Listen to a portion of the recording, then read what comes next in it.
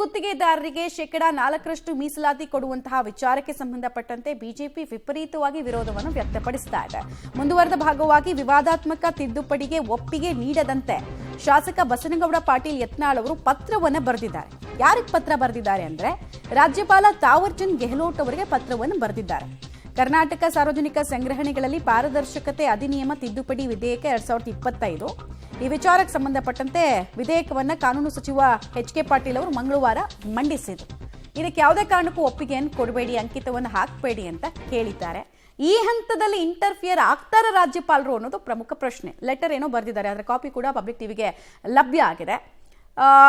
Enter ಆದ್ರೆ ಮತ್ತೊಂದ್ಸಲ ತಿಕ್ಕಾಟ ಶುರುವಾಗುತ್ತೆ. ರಾಜಭವನ ಮತ್ತೆ ಸರ್ಕಾರ ವರ್ಸಸ್ ಅನ್ನೋ ರೀತಿನಲ್ಲಿ ಕಾಣಿಸುತ್ತೆ. ಬಟ್ ಆಗತ್ತಾ ಅನ್ನೋದು ಪ್ರಶ್ನೆ. ಆಮೇಲೆ ಎರಡನೇದಾಗಿ ಧರ್ಮಾಧಾರಿತವಾಗಿ ಮೀಸಲಾತಿ ಕೊಡಂಗಿಲ್ಲ ಅಂತ ಸುಪ್ರೀಂ ಕೋರ್ಟ್ನ ತೀರ್ಪುಗಳೇ ಉಲ್ಲೇಖ ಮಾಡುತ್ತೆ. ಇದು ಹೆಂಗ್ ಕೊಟ್ರು ಅನ್ನೋದು ಇನ್ನೂ ಕೂಡ ಟೆಕ್ನಿಕಲ್ ಟರ್ಮ್ಸ್ ಅಲ್ಲಿ ಪ್ರಶ್ನೆಯಾಗಿ ಉಳಿತಾ ಇದೆ. ಈ ಬೆನ್ನಲ್ಲೇ ಬಿಜೆಪಿ ಹೋರಾಟವನ್ನು ಕೂಡ ಮಾಡ್ತಾ ಇದೆ. ಮೀಸಲಾತಿಯನ್ನ ಮುಸ್ಲಿಮರಿಗೆ ಅಂತಾನೆ ಕೊಟ್ರೆ ಅನ್ಯಾಯ ಉಳಿದ ವರ್ಗಕ್ಕಾಗತ್ತೆ ಅಂತ. ಆಮೇಲೆ ಪ್ರಬಲ ಸಮುದಾಯಗಳು ಕೂಡ ವಿರೋಧವನ್ನು ವ್ಯಕ್ತಪಡಿಸ್ತಾ ಬರ್ತಾ ಇದೆ. ಒಕ್ಕಲಿಗ ಹಾಗೂ ಲಿಂಗಾಯತ ಸಮುದಾಯ ಕೂಡ ವಿರೋಧವನ್ನು ವ್ಯಕ್ತಪಡಿಸ್ತಾ ಇದೆ.